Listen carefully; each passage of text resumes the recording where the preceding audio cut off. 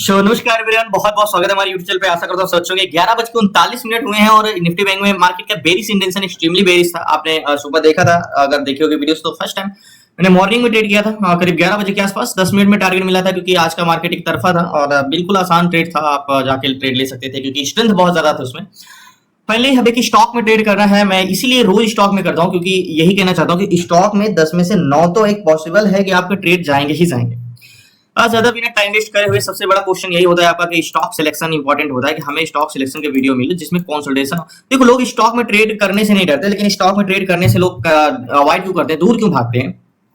क्योंकि उन्हें पता ही नहीं होता कि ये स्टॉक कंसोलिडेशन करेगा या इसमें मूवमेंट नहीं है, या साथ बाइंग आएगी या सेलिंग आएगी, या कुछ भी उसकी डायरेक्शन या मूवमेंट या स्ट्रेंथ पता ही नहीं है। और ट्रेड लेने के लिए सबसे इंपॉर्टेंट चीज होती क्या? पहली बात तो डायरेक्शन पहचाना, दूसरी बात उसकी स्ट्रेंथ पहचाना। पहले मैं कहने का मतलब है कि पहली चीज तो हमें ये देखना है कि ये स्टॉक आज जाएगा किधर। अगर हमें ये पता चल गया चलो ठीक है बुलिश जा रहा है या बेरिश है, मान चलो ठीक है ये जा रहा है बुलिश, मान चलो निफ्टी 50 है या कोई भी स्टॉक है, मान चलो ये जा रहा है बुलिश, तो ये बुलिश कितना जा सकता है? इसकी बहुत ज्यादा स्ट्रेंथ है, मतलब बुलिश टू बुलिश ही रहने वाला है पूरा दिन, मतलब कंटिन्यू ऊपर ही जाएगा या वहां से रिवर्स भी कर सकता है। जैसे ये देखो रिवर्स किया, या तो कंटिन्यू ऊपर ही जाएगा या रिवर्स कर सकता है, या जाना तो चाहेगा ऊपर लेकिन उसको बड़ी मशक्कत करना पड़ेगी, इस टाइप से। तो यही चीजें मार्केट की स्ट्रेंथ बोलते हैं और इसको डायरेक्शन बोलते हैं। पहली चीज तो हमें ये पता करना कि ये जाएगा किधर, और दूसरी चीज ये पता करना जाएगा तो कितना जाएगा, यानी डायरेक्शन, उसके बाद स्ट्रेंथ। उसके बाद हमें ये सब चीजें आती है कॉमन चीजें कि उस पर एंट्री कब करना चाहिए, टारगेट क्या एक्सपेक्टेशन होनी चाहिए, टारगेट की स्ट्रेंथ क्या होनी चाहिए, सारी चीजें ए टू जेड सारी चीजें। तो देखो, आप प्राइस सेक्शन आपको पता है, मैं ये बता दूं, अगर मुझे चलो प्राइस सेक्शन का नॉलेज है, मैं कोई भी जोन खींच ले तो ठीक है, प्राइस सेक्शन तो आपको हर जगह मिल जाएगा। आप कहीं यहाँ से चैनल खींचोगे, कहीं वहां से चैनल खींचोगे, मेन तो डाटा है। अगर आपको ये मिल गया भाई, अरे ये तो मार्केट यहाँ से सपोर्ट ले सकता है, निफ्टी 50, ठीक है, आपको ये बॉटम मिल गया निफ्टी 50 का, यहाँ से सपोर्ट मिल रहा है, जैसे एक निफ्टी 50 यहाँ पे अब आपको दिख रहा है निफ्टी 50 का क्या आ गया, बॉटम आ गया। तो प्राइस सेक्शन हर जगह आपको सपोर्ट रेजिस्टेंस देता है, लेकिन क्या वो सपोर्ट ब्रेक कर पाएगा कि नहीं कर पाएगा, ये कौन बताएगा? ये तो डायरेक्शन बताएगा ना मार्केट। ये जो सपोर्ट है, यहां से सपोर्ट लिया, यहां से सपोर्ट लिया, तीसरी बार ये बॉटम में आया, तो अगर निफ्टी 50 को ही मैं लगाता हूं यहाँ पे, तो ये बॉटम ले रहा है। अब इसकी स्ट्रेंथ होगी तभी तो यहाँ से बुलिश जाएगा ना, नहीं यहाँ पे कंसोलिडेशन करेगा। अब जब इतना मजबूत सपोर्ट है तो ये ऊपर क्यों नहीं जा पा रहा है? क्योंकि निफ्टी 50 की स्ट्रेंथ ही नहीं है।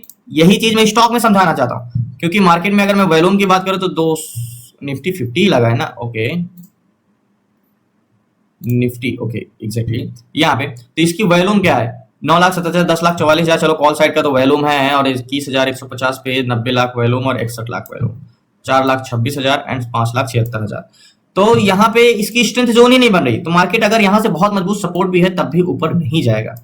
लेकिन बाद में डाटा चेंज हुआ तो अलग, लेकिन यही चीज मैं अगर हूंगा तो यहाँ सपोर्ट होगा तब भी ट्रेड नहीं लूंगा। क्यों नहीं लूंगा? क्योंकि मुझे पता है इसकी सपोर्ट है तब भी स्ट्रेंथ नहीं होगी। अब आपको सिर्फ सपोर्ट रेजिस्टेंस ही पता है, तब तो आप यार यहाँ पे सपोर्ट है, आपको ट्रेड लेना चाहिए, आप ट्रेड ले लोगे। अब उसकी स्ट्रेंथ जोन ही नहीं है तो कैसे होगा मार्केट में? स्ट्रेंथ तो उसकी बेरिस है ना, अगर मार्केट नीचे जाएगा तो तब वो उसकी स्ट्रेंथ आएगी। तो यही चीज स्टॉक में होता है। आप स्टॉक में सपोर्ट तो ढूंढ लेते हो, कोई भी स्टॉक उठा के, मान चलो कोई भी स्टॉक उठाता हूं मैं, एक अंदाज से मैंने सिप्ला उठा लिया, ओके, सिप्ला। तो क्या सिप्ला में मान के चलो ये, अगर सिप्ला का आप चार्ट सिर्फ देखते तो क्या करते हैं, सिप्ला डब्लू पैटर्न बनाया है, डबल बॉटम बनाया है, आप एक व्यू बनाते, लेकिन इनसाइड ये करना क्या चाह रहा है ये नहीं पता आपको। मार्केट ऊपर से नीचे आया, एक डब्लू पैटर्न बनाया ये, और यहां से ऊपर जा रहा है, ठीक है।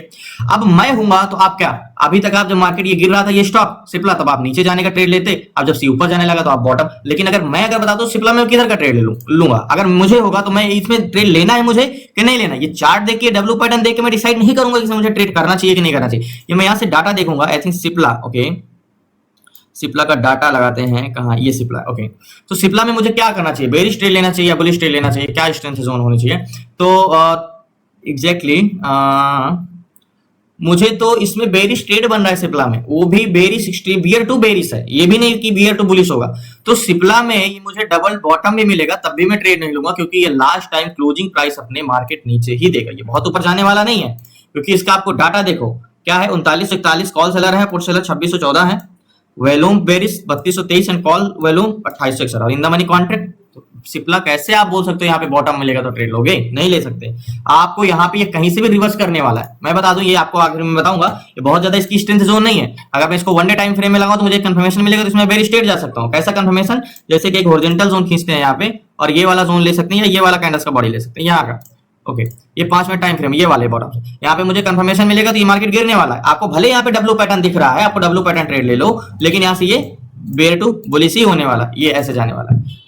सॉरी बुलिश टू बेरिश भी नहीं होगा, मतलब मार्केट बहुत ज्यादा नहीं जाएगा। हो सकता है एट द मनी में यहाँ पे थोड़ा बहुत वाई ज्यादा रहा हो, इस रीजन से मार्केट थोड़ा सा बाउंस बैक किया है, लेकिन ये अपनी क्लोजिंग प्राइस क्या बोला, bear to bearish, bearish last तक ये आखिरी जब तक कमजोर नहीं हो जाता, क्लोज नहीं हो जाता, ये टूटता ही जाएगा, मार्केट बेरिश ही जाता जाएगा और यहाँ से कर जाएगा मार्केट। तो इस पर ट्रेड तो नहीं ले रहा हूँ, लेकिन पहले हमें सबसे पहले स्टॉक में मैं यही दिखाना चाह रहा हूँ कि प्राइस एक्शन आपका एक वे है, रास्ता है चलने का, कि आपको अगर आगे की ओर चलना है तो आपको किस तरीके से चलना है, किधर से मुड़ना है, ओके, कब एंट्री करना है, लेकिन किधर आपको चलना है ये सिर्फ आपको डाटा बताएगा। प्राइस एक्शन से तो आप यहाँ पे बुलिश ट्रेड लेते हैं, लेकिन मैंने क्या बोला, डाटा आपको बताया ना कि यहाँ पे बुलिश नहीं बेरिश ट्रेड बनेगा, एक बॉटम पे यहाँ पे ट्रेड ले सकते थे, मार्केट कहीं से भी रिवर्स कर सकता है, इसमें सिर्फ बियर टू बेरिश होगा लास्ट तक, एक तरफा है ये, क्या बोला, एक तरफा है। अब मैं इस पे ट्रेड नहीं लूंगा, मुझे कोई और स्टॉक ढूंढना है, बोलोगे जब आप एक तरफा है तो आप ट्रेड क्यों नहीं ले रहे हो, एक्चुअली में मैंने बताया आपको, इसलिए मुझे कोई और स्टॉक ढूंढना है, तो इस रीजन से मार्केट में दूसरा स्टॉक ढूंढता हूँ, बाकी इसको मैं लास्ट में जरूर आपको बताऊंगा। मैं लास्ट तक बने रहिए। एक स्टॉक ढूंढते हैं, स्टॉक ढूंढने के लिए सबसे बड़ी चीज होती है कि आप एक एक स्टॉक करके, जैसे मैंने सिप्ला को फाइंड कर लिया, और भी बहुत सारे स्टॉक होते हैं, जैसे एचसीएल टेक हो गया, मुझे किधर का ट्रेड लेना है, और सन टीवी हो गया, सन टीवी मुझे किधर का ट्रेड लेना है, डाटा बताता है। तो या तो हम ये बुलिश है एंड 1900 1000 तो इसमें मार्केट की स्ट्रेंथ तो बहुत ज्यादा है, लेकिन इसको प्रतिरोधक बहुत ज्यादा है, तो इसमें समय लगेगा। बाकी एक स्टॉक हम ड्राइव से ढूंढते हैं, सीट्स, मैंने क्या बोला, सीट्स आपको उठा के ऐसे स्टॉक फिल्टर करके दे देता है, जो आपके ऑप्शन चैन में स्टॉक आते हैं। यहाँ पे जैसे देखो बीपीसीएल सेल के लिए यस है, लॉस है 13 पॉइंट, और यहाँ पे है अबाउट इंडिया में तो कोई नहीं, एबी कैपिटल है, यस सेलिंग के लिए, लॉस है 4 पॉइंट। इस तरीके से आपको जो 180 स्टॉक यहाँ ऑप्शन चैन में है, सारे स्टॉक में आपको ढूंढने नहीं पड़ते, कुछ लिमिटेड स्टॉक हमें फिल्टर करके यहाँ पे मिल जाते हैं। लास्ट तक बने रहिए प्लीज, आपसे रिक्वेस्ट है चैनल को सब्सक्राइब कर लीजिएगा।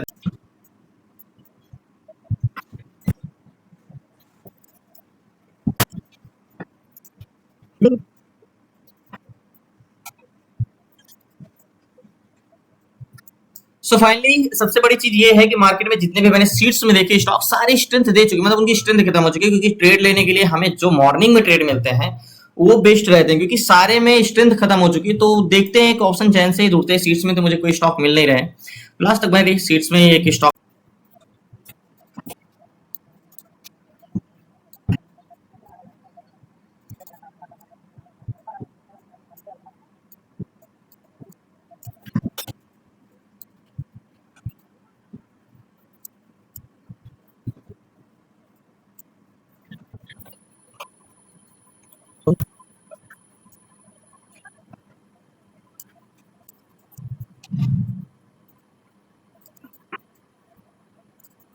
सो फाइनली बड़े खोजबीन के बाद एक स्टॉक मिला है जाके, और जिसमें ट्रेड मिल सकता है हमें, वो है लाल पैथ लैब, जो मैंने कल भी ढूंढा था। इसका स्ट्रेंथ तो बहुत बड़ी नहीं रहने वाली है, लेकिन ये है कि एक तरफा तो है, कम से कम जाके बेरिश ट्रेड तो मिल सकता है। आज ट्रेड ढूंढना बड़ा मुश्किल था, क्योंकि सारे स्टॉक मुझे वो मिल रहे थे जो रिवर्सल कर सकते थे। तो लाल पैथ लैब मिला है, और मैं याद होगा कल हम वेट कर रहे थे इस पे ट्रेड लेने का, लेकिन इसको मार्केट की स्ट्रेंथ तो काफी दे चुका है, 2346 से 2247 100 पॉइंट का, लेकिन एक्सट्रीमली बेरिश है, तो एक जोन हम ड्रॉ कर सकते हैं, थोड़ा बहुत प्रॉफिट निकाल सकते हैं इस जोन से। यहाँ से ये वाला हॉरिजॉन्टल जोन होगा हमारा। अब ये हॉरिजॉन्टल जोन मैंने क्यों खींचा, मैंने क्लास में आपको पढ़ाया, जब आप हॉरिजॉन्टल जोन खींचते हो तो आप 1 डे टाइम फ्रेम का बॉडी लेते हो, कैंडल्स का क्लोजिंग प्राइस है ओपन प्राइस, तो ये वाली कैंडल्स, ये वाली कैंडल्स और ये वाली कैंडल्स, तो एक ही लाइन पे 3 कैंडल्स होती है, तो कितना स्ट्रांग होता है। हॉरिजॉन्टल जोन के नीचे आ रहता है मार्केट, तो मजबूत रेजिस्टेंस का काम करता है, और ऊपर रहता है तो मजबूत सपोर्ट का काम करता है। ओके, तो 5 मिनट टाइम फ्रेम में लगाते हैं। मार्केट इसको ब्रेक किया है, अब ब्रेक करके रिटेस्ट करने गया, देखो यहाँ से ब्रेक किया है, अब यहीं से ये रिटेस्ट करने गया। वैसे गया तो यहाँ तक था, इसके बाद मार्केट रिटेस्ट करने गया। इसको अगर मैं 3 मिनट टाइम फ्रेम में लगाऊंगा तब आपको समझ में आएगा, ये है ना। तो ये मार्केट रिटेस्ट करने गया है, ये बेयर टू बेरिश रहने वाला है, लेकिन याद रखना बहुत ज्यादा स्ट्रेंथ दे चुका है।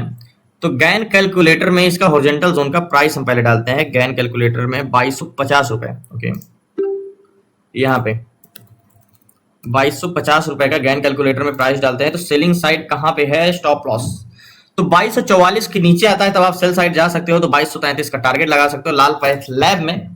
तो यहाँ पे नेक लाइन का काम हमारा करेगा मार्केट में, ये वाला नेक लाइन है, एग्जैक्टली ये नेक लाइन का काम करेगा। तो मार्केट में 45 तो वैसे भी आ गया, 44 तक तो जा चुका है, तो इस पे मैं ट्रेड लेता हूँ। लास्ट तक बने रहिए प्लीज, नए चैनल को सब्सक्राइब कर लीजिएगा। ये एक्सट्रीमली बेरिश है, मतलब भले ये स्ट्रेंथ दे चुका है ये लाल पैथ लैब, लेकिन यहाँ से इसको नीचे आना चाहिए, तो इसमें मैं ट्रेड लेता हूँ। ये कैंडल्स क्लोज दे देगा तो हमारा स्टॉप लॉस भी लग जाएगा, बट अभी कैंडल्स क्लोज नहीं दिया है, तो कंफर्मेशन का वेट करें। नेकलाइन तो हो गई हमारी भाई, नेकलाइन के बाद हम ट्रेड लेते हैं, क्योंकि नेकलाइन के बाद हमें कंफर्मेशन मिल जाता है कि अब ये मार्केट जाने वाला है, इसको वॉल्यूम की कमी नहीं है। बट यहाँ पे एक तरफा स्टॉक है, ये लाल पैथ लैब है जो, इसको आपको देखो तो 1318 कॉल सेलर है, 689 फुट सेलर एंड 982 एंड 867 और in the money contract green में। ये मोस्ट इंपोर्टेंट, ग्रीन में यही तो मेन इंपोर्टेंट होता है। तो लाल पैथ लैब में मैं ट्रेड लेता हूँ। सो फाइनली लाल पैथ लैब में मेरी एंट्री हुई है 2246 रुपए की और अब 48 चल रहा है यहाँ पे और 150 क्वांटिटी लगा है, लिया है और 61,641 का फंड लगा है। अब मार्केट में भी स्टॉप लॉस नहीं लगाना। मैं आपको हमेशा बोलता हूँ या तो आप रिस्क मत लो, अगर रिस्क ले रहे हो ब्रेकआउट रिटेस्ट रिजेक्शन के बाद अगर आप ट्रेड ले रहे हो तो स्टॉप लॉस आप लगाओ यहाँ पे हॉरिजॉन्टल जोन पे। लेकिन अगर रिटेस्ट रिजेक्शन के पहले आप ट्रेड ले रहे हो तो स्टॉप लॉस मत लगाना, क्योंकि मार्केट ब्रेक करने के बाद रिटेस्ट करने जाता है। अब वो रिटेस्ट करने यहां तक भी जा सकता है, तो ये रीजन है। अब बात करते हैं टारगेट की, तो क्या टारगेट होने वाला है। गैन का तो कहना है कि 33 का टारगेट है, लेकिन स्ट्रेंथ बहुत ज्यादा दे चुका है, तो मार्केट में 35 का ओके ये वाला टारगेट हमारा होगा। क्योंकि मार्केट में आपको याद होगा वनडे टाइम फ्रेम को टारगेट लेना मैंने बहुत अच्छे से आपको सिखाया है। तो ये ब्रेक करा है तो यहाँ तो 46 है, तो अगर 35 का भी टारगेट मिलता है तो 150 पॉइंट है तो 15 पॉइंट का मूवमेंट मिल जाएगा, 10 पॉइंट का मूवमेंट मिल जाएगा। बहुत बड़ा टारगेट इसलिए एक्सपेक्टेशन नहीं कर रहा हूँ क्योंकि मार्केट ने बहुत ज्यादा मूवमेंट कर चुका है। इसकी स्ट्रेंथ जो है सो फाइनली इसकी स्ट्रेंथ जो है वो काफी दे चुका है मार्केट, तो इस रीजन से समय लगा सकता है। कैंडल्स क्लोज देता है मार्केट में तो कंफर्मेशन क्लियर हो जाएगा हमारा। अभी मैंने कोई स्टॉप लॉस नहीं लगाया है। तो गैन के हिसाब से तो हमारी एंट्री हो चुकी है, क्योंकि गैन का कहना था कि 2244.39 के नीचे जाएगा तो आप सेलिंग साइड जा सकते हो। तो लाल पैथ लैब तो 2244 नहीं 2241 आ चुका है, तो गैन के हिसाब से तो ये ट्रेड हो चुका। मैं आपको बताता हूँ गैन कैलकुलेटर कोई नॉर्मली इंडिकेटर नहीं होता है। एग्जैक्टली अगर इसका फर्स्ट जोन में आ गया अगर सेलिंग में, जहां पे वो बता रहा है अगर इस जोन से ये जोन तक जाएगा, मतलब अगर 2244 को ब्रेक किया तो 2233 को जाएगा, तो वो जाएगा ही जाएगा। अगर आज टाइम नहीं होगा तो वो कल जाएगा, लेकिन जाएगा जाएगा। मान चलो मार्केट में ये 2233 को हिट किया, मार्केट क्लोज हो गया, समय हो गया, तो वो आज नहीं तो कल हिट करके ऊपर जाएगा, लेकिन ये टारगेट देगा। तो गैन के हिसाब से तो हमारी 44 को क्रॉस कर चुका है, तो 33 को भी टेस्ट करेगा। लेकिन 33 मैंने प्राइस एक्शंस में आपको बताया है, जब टारगेट लेना सिखाया तो आपको ये बताया है कि गैन कैलकुलेटर और वनडे टाइम फ्रेम का टारगेट में जो पहले मिल रहा होगा वही लेके निकल जाना। तो वेट करते हैं लास्ट तक बने रहिए। आज एक ही स्टॉक में यही फाइंड किया और इसे में ट्रेड लिया मैंने, ज्यादा एनालिसिस नहीं किया क्योंकि सीट्स में सारे स्ट्रेंथ हो चुके थे और फिर जाके इस पे मिला मुझे। लास्ट तक बने रहिए।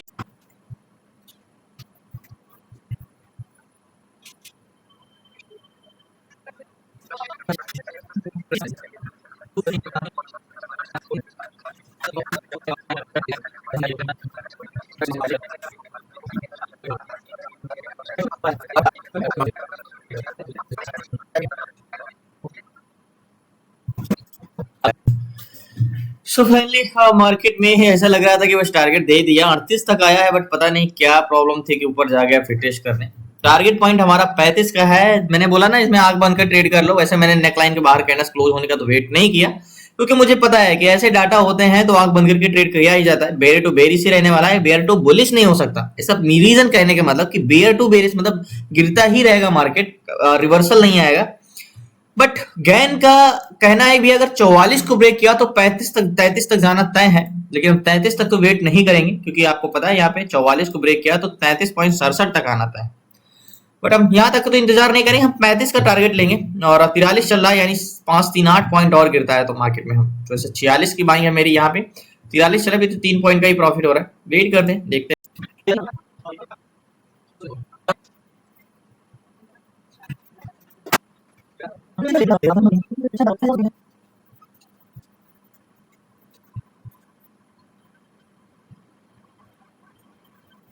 सो फाइनली थोड़ा सा टारगेट बचा है और 35 लास्ट।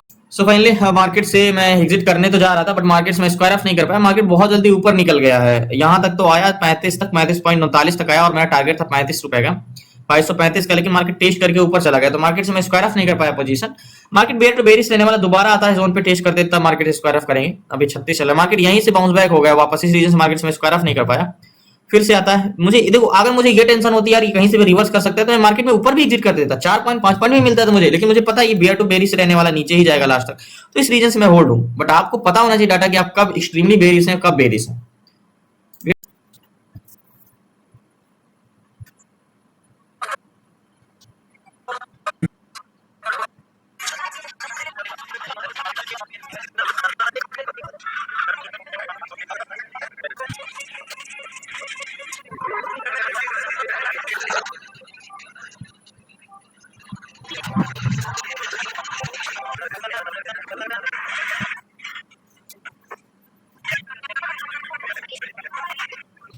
जब आप ऐसे सिचुएशन में फंसते हो, मीन्स कि टारगेट से 1 पॉइंट या 50 पैसे ऊपर होके बाउंस बैक हो गया है, तो ऐसे सिचुएशन मुझे भी लगता है कि यार यहाँ पे एग्जिट होते तो इतना इंतजार ना करना पड़ता, फिर से मार्केट 42-43 पे पहुंच गया। लेकिन अब कर क्या सकते हो, मार्केट को जब मैं एग्जिट करने गया, यहाँ पे मैंने आपको बोला कि मैं एग्जिट करता हूँ, तो मार्केट एग्जिट करते काफी ऊपर चला गया था, तो करीब 38-39 के पास चला गया था। तो फिर मैं सोचा वेट करता हूँ, मार्केट नीचे आएगा, ठीक है। ज्यादा से ज्यादा मार्केट क्या करने जा सकता है, अपनी नेकलाइन को दोबारा टेस्ट करने जा सकता है, ज्यादा से ज्यादा यहाँ तक जा सकता है, यहाँ से ये फिर से रिवर्स करेगा। अब क्या अगर सिचुएशन है, अभी तो एग्जिट कर नहीं सकते, अब तो 3 पॉइंट ही मत प्रॉफिट में है, तो ज्यादा से मार्केट इसको टेस्ट करके फिर से आएगा। मार्केट एक तरफा है, अगर मैं आपको एक बार कंफर्मेशन के लिए फिर से बता दूं, लाल पैथ लैब में तो अभी भी एक तरफा ही है, और इसको बुलिश रिवर्सल नहीं होगा, जैसे होते हैं ना स्टॉक सपोर्ट से लेकर रिवर्स कर जाते हैं, वैसा नहीं होगा, ये नीचे ही आएगा।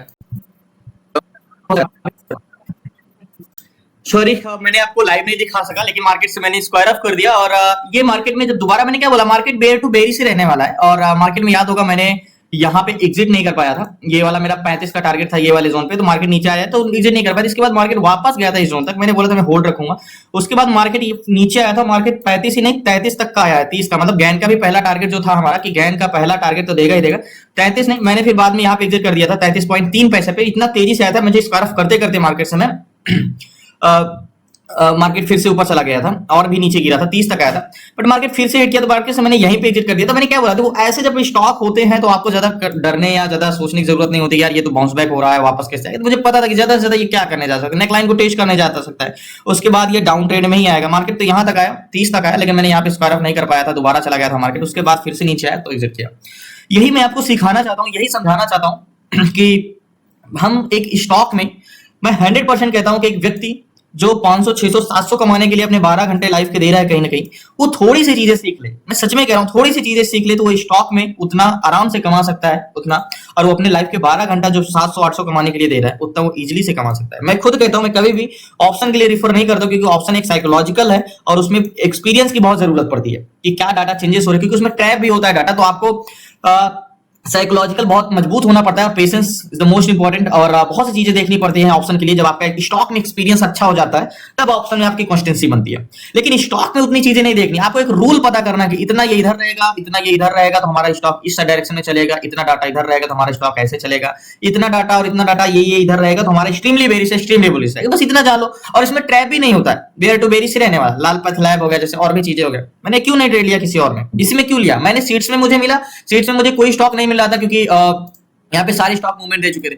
मैंने कितने सारे स्टॉक को, जितने भी ये लाल पैथ लैब के नीचे सारे स्टॉक को मैंने देखा, बट मुझे किसी में ट्रेड नहीं मिला। मुझे मिला, मैंने तुरंत बोला कि चलो एक तरफा तो कोई स्टॉक मिला, मैंने विदाउट ब्रेकआउट के मैंने यहाँ पे जाके एंट्री कर ली, जो कि इतना मूवमेंट दे चुका था, देखो इतना मूवमेंट दे चुका था, तो उसके बाद भी जाके मैंने ट्रेड लिया इस पे। ये 2348 से 2246 पे जाके मैंने ट्रेड लिया, मतलब 100 पॉइंट तो मार्केट दे चुका था नीचे डाउन ट्रेड में। तो ये होता है एक्सट्रीमली बेरिश, एक्सट्रीमली बेरिश। ऐसे स्टॉक पकड़ो, अगर आपका कॉन्फिडेंस हाई होता है और भी अच्छा आपका पेशेंस है, तो आप स्टॉक ऑप्शन में कर सकते हो, बट मैं स्टॉक ऑप्शन नहीं करता, मैं स्टॉक इक्विटी में, इंट्राडे में ही करता हूं। तो बहुत बहुत धन्यवाद। आप लोगों को सीखना है स्टॉक में इंट्रा डे कैसे करना, direction, strength, A to Z सारी चीजें, stock SIP, option selling, option buying, stock SIP, ETF, short term ETF SIP and fund diversification and fund management, A to Z सारी चीजें 6 मंथ की classes में। तो आप डिस्क्रिप्शन में नंबर आप व्हाट्सएप करके जुड़ सकते हैं। बाकी कल मिलते हैं न्यू ट्रेड न्यू शेयर साथ। तब जय हिंद जय भारत। प्लीज आपसे एक रिक्वेस्ट है कि अगर आप नए हैं तो प्लीज आप चैनल जरूर सब्सक्राइब कर लीजिएगा। धन्यवाद, शुक्रिया आपका लास्ट तक बने रहने के लिए। कल मिलते हैं न्यू ट्रेड न्यू शेयर साथ।